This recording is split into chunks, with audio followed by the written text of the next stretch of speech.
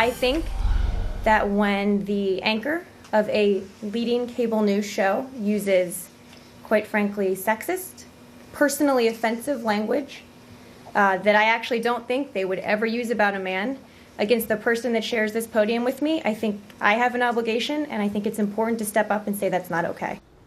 That was State Department Deputy Spokesperson Marie Harf, apparently upset with Bill O'Reilly, accusing him of sexism for suggesting that one of her colleagues is out of her depth. Tonight, Mr. Bill had a new message for Ms. Harf. Watch.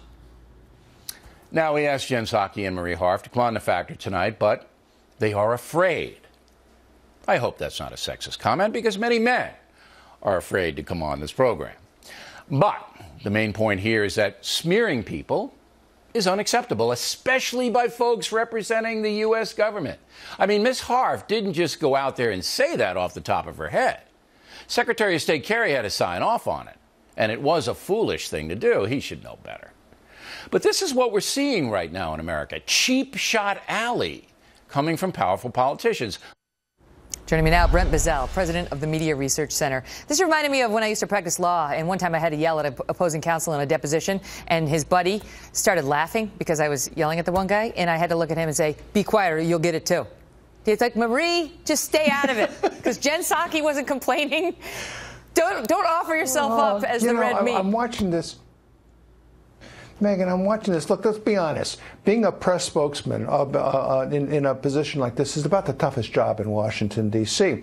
Gotcha journalism is a way of life in this town. But that's why you choose the best talent you can find.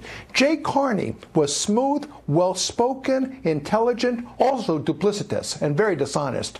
Then you see Josh Earnest come in as the White House spokesman. This guy's way out of his league. Which O'Reilly He shouldn't be in that position.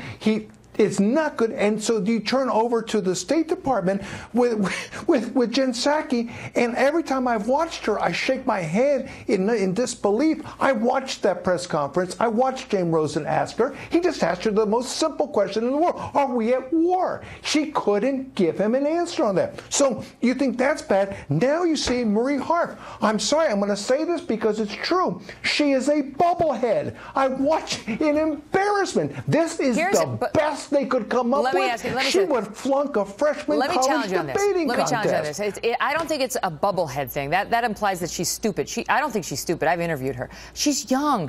I think she's only 31 years old. Her last job was as a spokesperson for the CIA. Do you get a lot of statements on the record from the CIA? No. She never had to do it before, so she comes out of the State Department. Now she's got a big job, but what she needs to remember, in my view, is you're not in the sorority trying to defend your sister. Now you're at the State Department. Jen Psaki took that criticism like a woman. She didn't come out and complain. The underling did. That's the point, Megyn. You're a spokesman. You're not a combatant. The rule number one is you don't get into a fist fight. I'm being nice about that. Right. So she gets into a fist fight with Bill O'Reilly. Airing the segment over and over and over of Jen Psaki not being able to answer the question. Like, don't do Jen any favors. Jen kept her mouth shut. She moved on. No. She's used to taking incoming. That's what happens. Marie, zip it.